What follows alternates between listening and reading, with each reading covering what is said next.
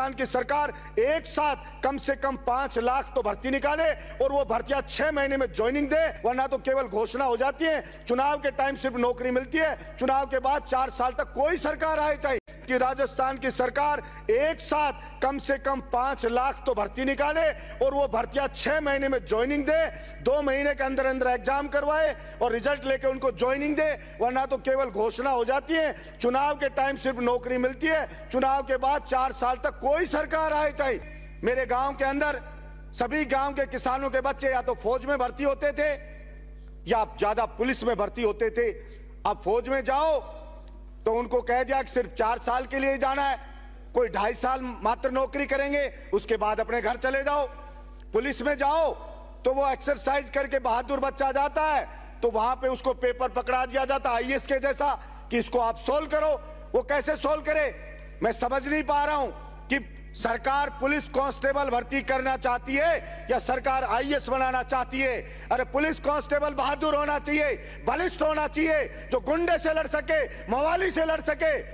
लेकिन सरकार कहती है कि नहीं, हमें बलिष्ठ चाहिए ही नहीं, हमें तो बिल्कुल चश्मा लगा हुआ पढ़ने वाला हो, जिसको कोई रैकर भी कह दे तो बाथरूम आ जाए, ऐसे को भर्ती कर लेंगे हम। सारा आदमी की अलग अलग अभिरुचि होती है, अलग अलग क्षमता होती है, शारीरिक क्षमता होती है, लेकिन पता नहीं कौन पेपर बनाता है। फिर अगर या तो भर्ती निकलती नहीं है, निकलती है तो उसका पेपर आउट हो जाता है। मैंने पहले भी सूर्य उदय से सूर्य अस्त तक इस पेपर लीक के खिलाफ में दौड़ लगाई थी कि ये पेपर लीक रुकना चाहिए।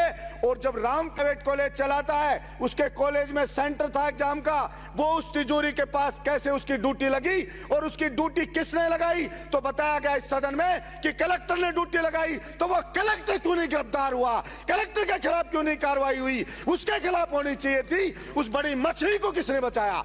और भी कोई बड़े आदमी हो, ये छोटे छोटे आदमी पकड़ करके और हम खाना पूर्ति नहीं कर सकते।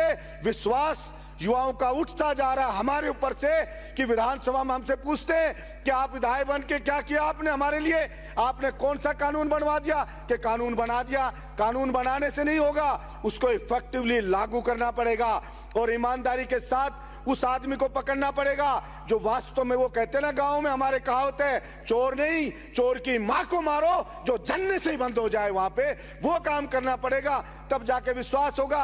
आज युवा बेचारा भटकता फिर रहा है, 4-4 साल कोचिंग करता है, महंगी महंगी कोचिंग में जाता है, स्कूल में जाओ तो भारी भारी फीस देता है, प्राइवेट स्कूलों में जाता है, कमर टूटी पड़ी है उसकी। इसलिए मैं मांग करता हूं राजस्थान की सरकार से कि राजस्थान की सरकार एक साथ कम से कम 5 लाख तो भर्ती निकाले और वो भर्तियां 6 महीने में ज्वाइनिंग दे, 2 महीने के अंदर अंदर एग्जाम करवाए और रिजल्ट लेके उनको ज्वाइनिंग दे, वरना तो केवल घोषणा हो जाती है, चुनाव के टाइम सिर्फ नौकरी मिलती है, चुनाव के बाद 4 साल तक कोई सरकार आए चाहे दरवाड़ों की आए, चाहे दरवाड़ों की आए, कोई नौकरी वोकरी नहीं निकलती है। इसलिए जो किसान मजदूर के बच्चे को नौकरी मिले, ये सीएचए वाले हैं, ये बेचारे भटक रहे हैं। बार बार ना तो सरकार इनको ये कहती है कि नहीं लेंगे, ना उनको नौकरी लेती है। कभी कोई नेताजी लेके जाता है, कभी कोई के पास जाते हैं, धक्के खाते फिर रहे हैं। इसलिए मेरी सरकार से विनती है, कोरोना के टाइम पे जान पे खेल नौकरी देनी चाहिए।